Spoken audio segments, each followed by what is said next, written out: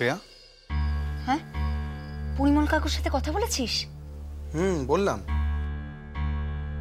কি বললো কাকু?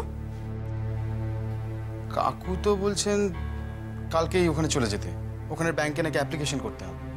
ভালোই তো, কালকে চলে যা। দেখি।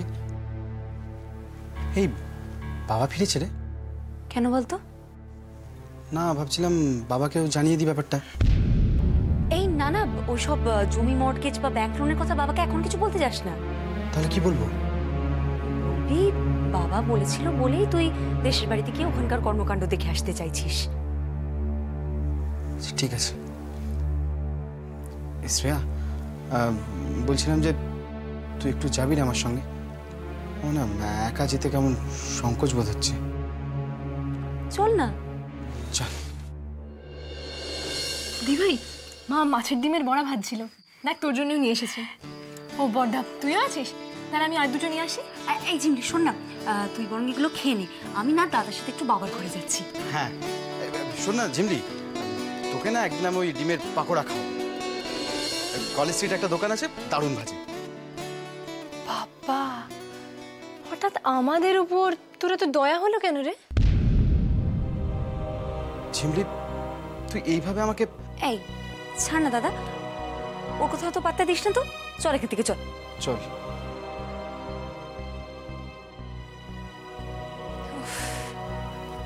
আবার দিভাইকে বোকা বানাচ্ছে।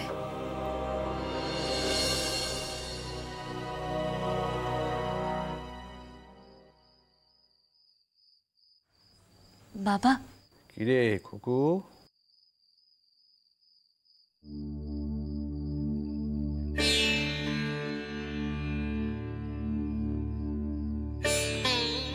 বল। বাবা, দাদা তোমাকে কিছু বলতে চায়। বলুক। বাবা, আমি দেশের বাড়ি যাব। কেন? তুই তো বিদেশ চলে যাবি, দেশের বাড়িতে গিয়ে তোর কি লাভ? একবার দেখে আসি, ফিরে এসে যদি...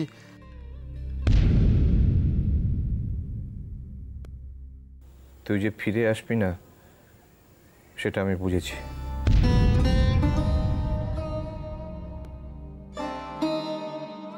তুই যেতে চাইছিস যখন যা, আমার বারণ করার কোনো ব্যাপার নেই। ঠিক আছে।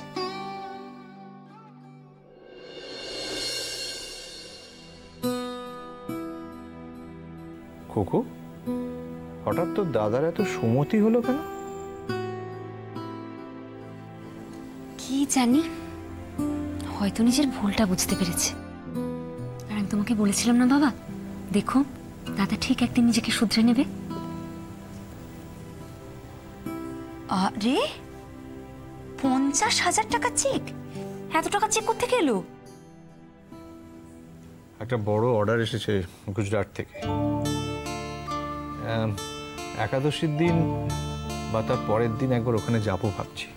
সে কি, অত দূরে যেতে হবে?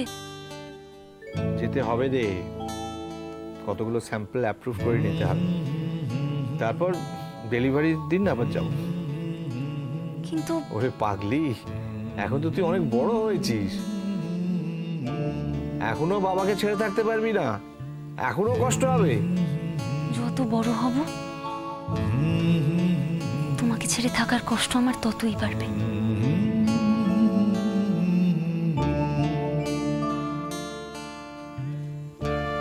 কারণ যত সময় এগোবে ততই স্মৃতি বাড়বে। আর দেখো বাবা, আমার বড় হওয়ার সঙ্গে সঙ্গে না তোমার বয়সটাও বাড়ছে। এই বয়সে অত দূরে কোথায় থাকবে, কি খাবে তোর?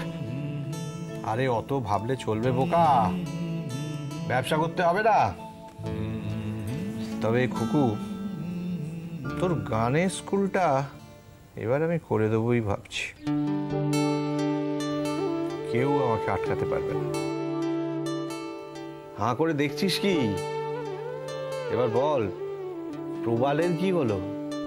বাবা তুমি তো সবসময় চেয়েছো যে দাদা অন্তত একবার দেশের বাড়িতে গিয়ে ওখানকার কাজকর্ম দেখুক। আমি দাদাকে দিয়ে সেটা করাতে পেরেছি। অন্তত তোমার একটা ইচ্ছে তো পূর্ণ করতে পারলাম।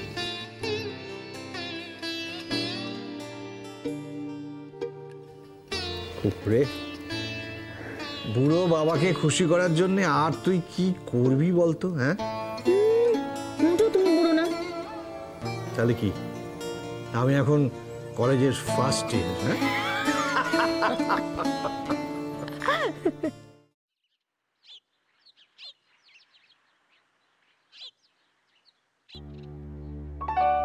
কি রে খোকা, তুই কি এখন ছবি আঁকতে বসবি? কেন মা, কিছু করে দিতে হবে? না না, এমনি বলছিলাম। হ্যাঁ রে খোকা, বলছিলাম যে পুজো তো কেটে গেল, কই শ্রেয়া তো এর মধ্যে একদিনও এলো না। হয়ে ওঠেনি হয়তো। একদিন ডাক নাও কি এখানে। আমি কত কষ্ট করে নিজের হাতে তৈরি করলাম কুচো নিমকি, নারকোল নাড়ু, তিলের নাড়ু। ওকে একদিন আমাদের বাড়িতে ডেকে নিয়ে আয়। ঠিক আছে, আপনার বার্তা পৌঁছে দেবো। আজকে ওর সঙ্গে আমার একবার দেখা করার কথা আছে, যদি হয় আমি ওকে আসতে বলবো। শোন, আসতে বললে বলবি যেন সকালবেলাই আসে, তাহলে দুপুরে আমাদের এখানে খাওয়া দাওয়া করে তারপর যাবে। আমার খুব ইচ্ছে ওকে সামনে বসে আদর করে একটু খাওয়াই। বলে দেবো। আর শোন, ও কি খেতে ভালোবাসে সেটা কিন্তু তুই জেনে আসবি, আমি তাই তাই রান্না করব। মা, আমিও তোমার রান্নায় হেল্প করবো। তাহলেই হয়েছে আর কি। আচ্ছা, আমি রান্নাটা না করতে পারি, কিন্তু বাজারটা তো করে দিতে পারি। আচ্ছা আচ্ছা, সে করিস এখন, আগে নেমন্তন্নটা তো করে আয়। যথা আজ্ঞা মাতে।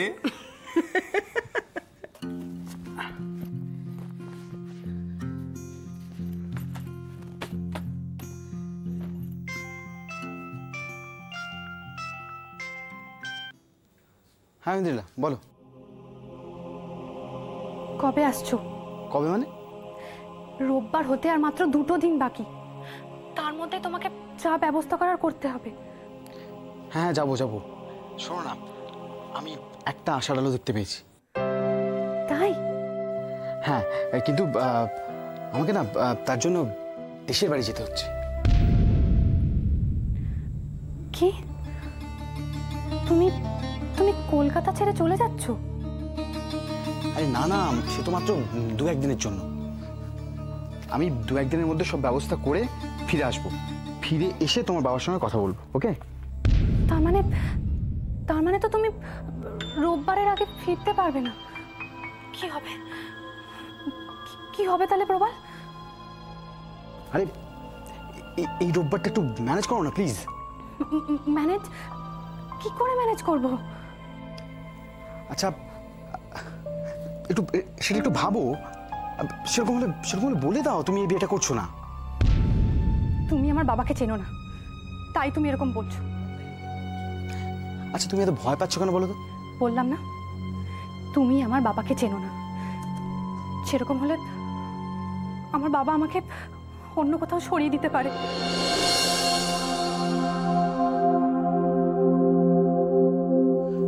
কিন্তু ইন্দ্রিলা, আমার তো কোনো উপায় নেই। একটা দিন তোমাকে ম্যানেজ করতেই হবে, এই ঝুঁকিটা তোমায় নিতেই হবে। শোনো, আমি যেটা বলছি আমাদের ভালোর জন্য বলছি। একটা দিন তুমি প্লিজ ম্যানেজ করো, আমাদের ফিউচারের দিকে তাকে ম্যানেজ করো প্লিজ। জানি না, বুঝতে পারছি না। প্লিজ প্লিজ শোনা, একটু চেষ্টা করো প্লিজ।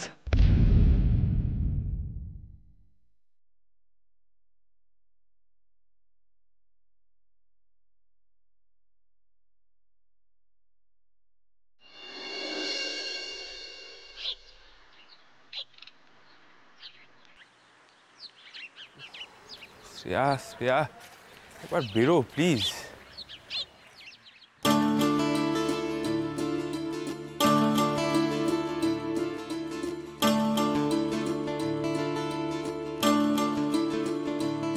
শ্রেয়া,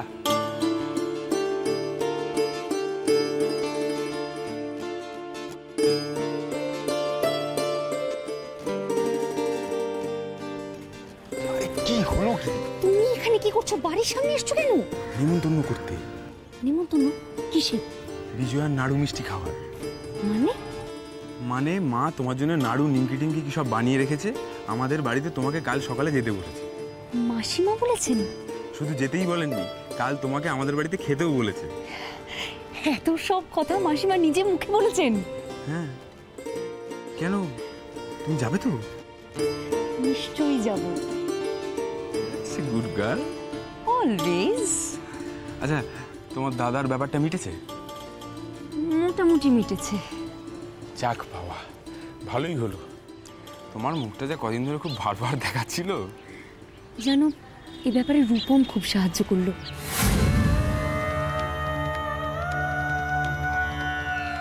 রূপম?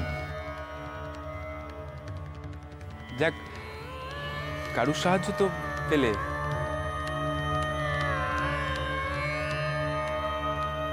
আমি তো তোমাকে কোনো সাহায্য করতে পারি না। আচ্ছা, তাতে কি হয়েছে? এসব নিয়ে দুঃখ পাওয়ার কোনো কারণ আছে? মানুষ, তুমি তো সবসময় আমার কাছেই আছো, আমার পাশেই আছো। সারা জীবন তোমার পাশে থাকবো।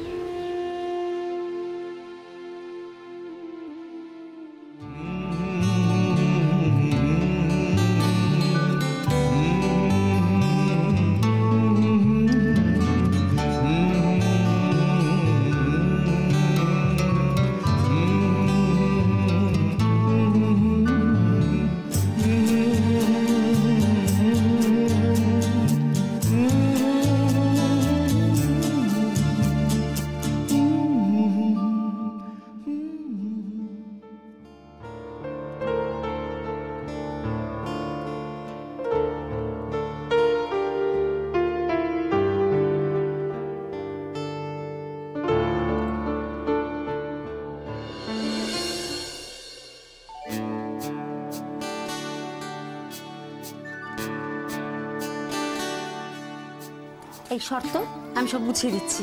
আরে না না, থাক না, আমি পারবো। আচ্ছা দাদা, এইভাবে সমস্ত জামা কাপড় নিলে 5 মিনিটে সব বিশ্রী হয়ে যাবে। আরে ঠিক আছে, আমি ভাঁজ করে নিচ্ছি। এই ভাঁজ করে ঢোকাচ্ছি, ভাঁজ করে ছেড়ে না, দে। আচ্ছা শোন, নিজের ব্রাশ তোয়ালে এসব নিয়েছিস তো? আরে যাবো তো মাত্র একদিনের জন্য, ম্যাক্সিমাম 2 দিন, তার জন্য। ও, তার মানে এই 2 দিন তুই স্নান না করে ব্রাশ না করে থাকবি? ধুর বোকা। বিদেশে গিয়ে তো তোকে একা থাকতে হবে। তোর এখন থেকে অভ্যেসগুলো রপ্ত করে নেওয়া উচিত।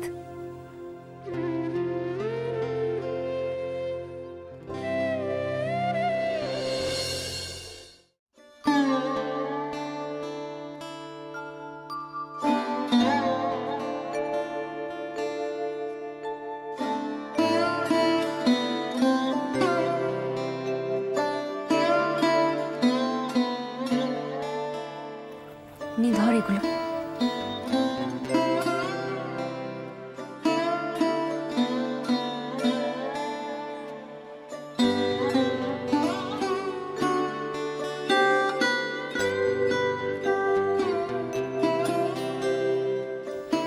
শ্রেয়া,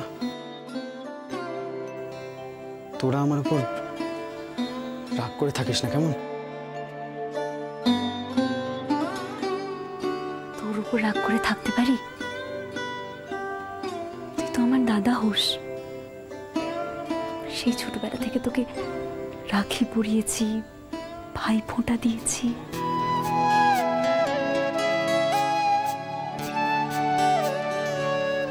তোর উপর কি করে রাগ করে থাকবো?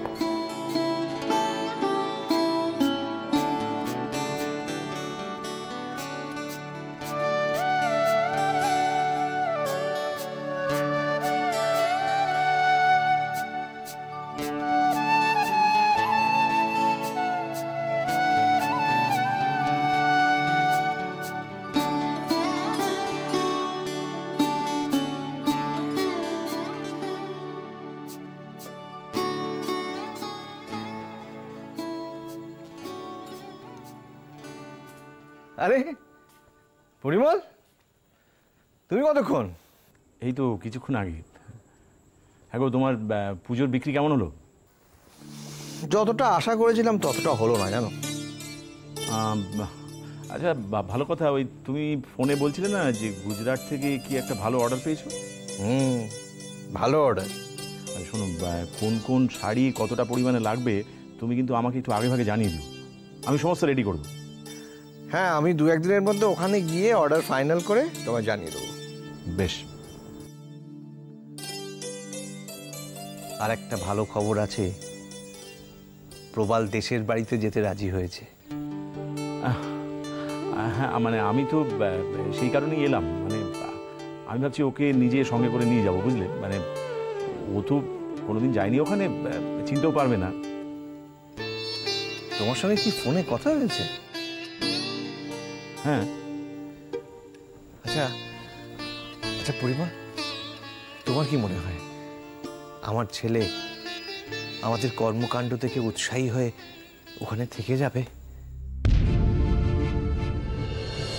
বউটা বিদেশে পড়ার একটা সুযোগ পেয়েছে, কিন্তু ওই ব্যাংক লোনের জন্য সিকিউরিটি অ্যামাউন্ট ডিপোজিট করতে পারছে না বলে ওর এই সুযোগটা হাত থেকে বেরিয়ে যাচ্ছে।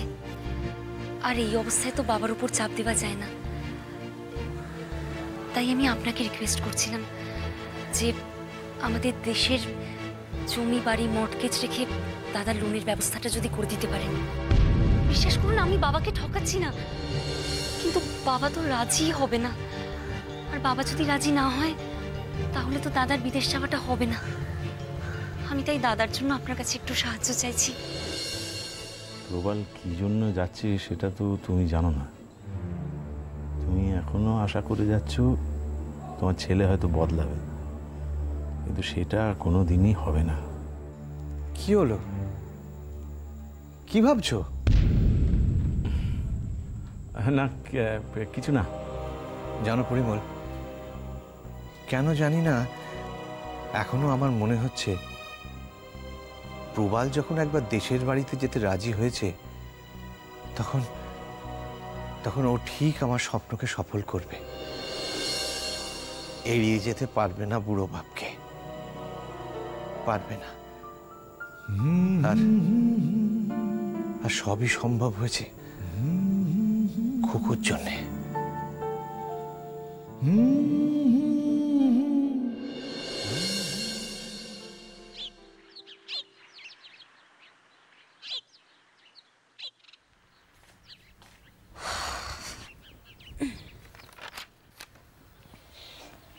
এসে গেছিস দি ভাই? এই শোন, বর্দা বেরিয়ে গেছে দেশের বাড়ির জন্য। অনেকক্ষণ বেরিয়ে গেছে। তার যাবে না? যা টনিক দিয়েছিস তুই। ধুর, অত সব আমি জানি না। তবে হ্যাঁ, এই পুরো ক্রেডিটটাই কিন্তু রূপমের। ও যদি আমাকে মিস্টার সান্যালের কাছে না নিয়ে যেত তাহলে কিন্তু এই প্ল্যানটা কখনোই সাকসেসফুল হতো না। শোন, মনে করে রূপমদাকে তো থ্যাঙ্কস জানিয়ে দিবি, বুঝলি? দাঁড়া, ফোন করছি।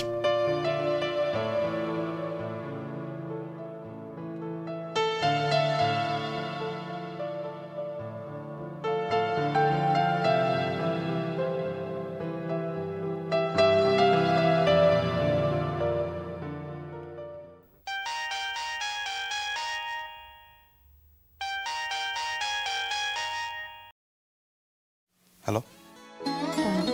হ্যাঁ রূপম, শ্রেয়া বলছি। আরে বলুন।